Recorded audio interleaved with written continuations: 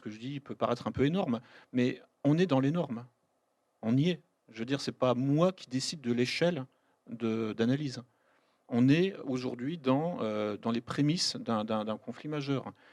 J'en veux pour preuve que là, au mois de février, le président ukrainien a signé à Bruxelles un papier qui l'engage à aligner les standards militaires ukrainiens sur ceux de l'OTAN, et pour garantir l'interopérabilité totale des forces ukrainiennes avec celles de l'OTAN à horizon 2020. Bon, ça c'est pas un site conspirationniste, vous le trouvez, enfin j'ai archivé tout. Ça veut dire que l'OTAN attaque la Russie en 2021. Allez, c'est ça que ça veut dire, concrètement. Parce que là, il y aura donc l'intermarium réalisé, hein, c'est-à-dire en fait le front, enfin la ceinture de containment là, réalisée entre les États baltes, la Pologne et l'Ukraine. Donc, sauf accident, hein, le programme de l'OTAN, c'est d'attaquer la Russie sur un front unifié au niveau militaire.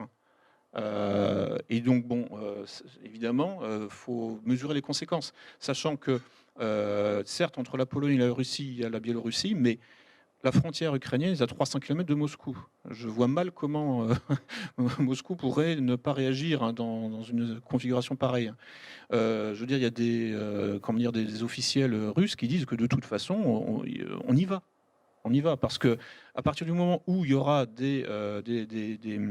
comment dire ça, des missiles stratégiques implantés en Ukraine, et nous y allons, ils pourront frapper les installations nucléaires russes qui sont situées au niveau de l'Oural. Actuellement, ils ne peuvent pas. Mais l'OTAN a absolument besoin d'aller le plus possible à l'Est, hein, c'est une espèce de Drang nach Osten. Et à partir du moment, enfin, et avec l'Ukraine, ça devient possible, hein, en termes de kilométrage.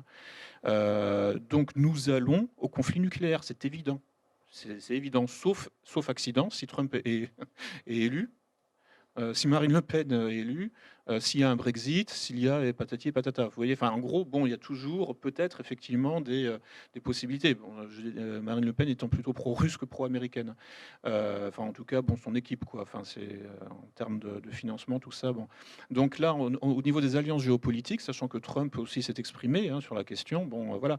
Donc, on peut éviter ça, effectivement, sous certaines conditions.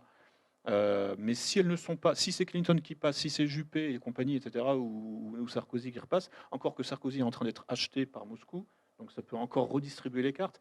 Ouais, bon, je suis pas déterministe, hein, je dis pas qu'on y va, mais je veux dire, pour ne pas y aller, il va falloir réunir beaucoup de signes noirs, comme on dit, hein, c'est-à-dire des imprévus, quoi. Des imprévus par le système. Le système, Washington, Bruxelles, Tel Aviv. Alors Voilà. toujours sur le thème de l'international,